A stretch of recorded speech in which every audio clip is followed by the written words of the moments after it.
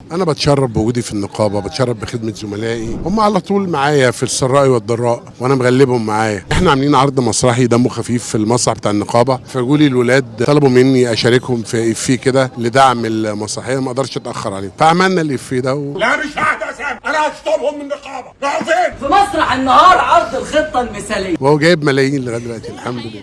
مستنيينكم في مسرح النهار عرض الخطة المثالية. دكتور اشرف، انا برحب بيك في وانتيك وبقول لك الف مبروك على تكريمك في مهرجان جراش، وكمان تكريمك هنا وسط اهلك ووسط اصحابك ووسط نجوم الوسط الفني. حاسس ازاي وشعورك ازاي بالتكريم؟ بشكرك طبعا واهلا بيكي، يعني حفله صغيره كده من زمايلي في النقابه بيحتفلوا بيا على اني اتكرمت في مهرجان جرش، فبقول لهم شكرا. وتكريمي في مهرجان جرش تكريم للفن المصري والفنان المصري، من قلبي بقول لهم متشكر جدا جدا، وببارك لاسره مسرحيه فريده النجمه الكبيره عايده فهمي والمخرج اكرم مصطفى وعمرو عبد الله ومحمد حمدي رؤوف ومدير المسرح استاذ عادل حسان. دكتور اشرف من النجوم اللي ادى قلبهم قوي للنقابه وللفن وداعم دايما للفنانين.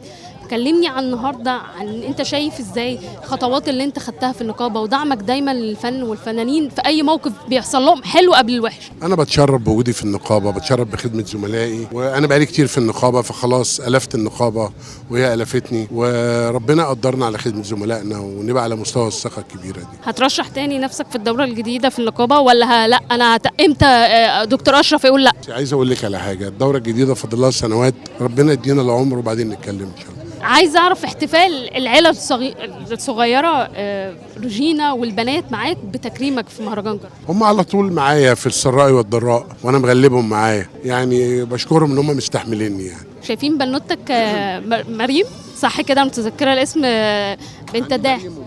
مريم انت داعم ليها، وكمان هي دلوقتي بتمثل.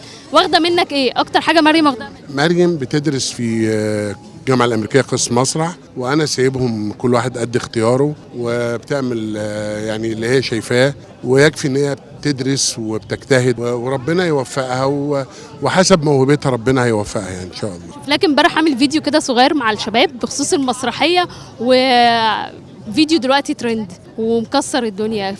احكي لي كده عن الفيديو، كواليس الفيديو. احنا عاملين عرض مسرحي دمه خفيف في المسرح بتاع النقابة، فجولي الولاد طلبوا مني اشاركهم في إفيه كده لدعم المسرحية، ما اقدرش اتأخر عليهم، فعملنا الإفيه ده وهو جايب ملايين لغاية دلوقتي الحمد لله.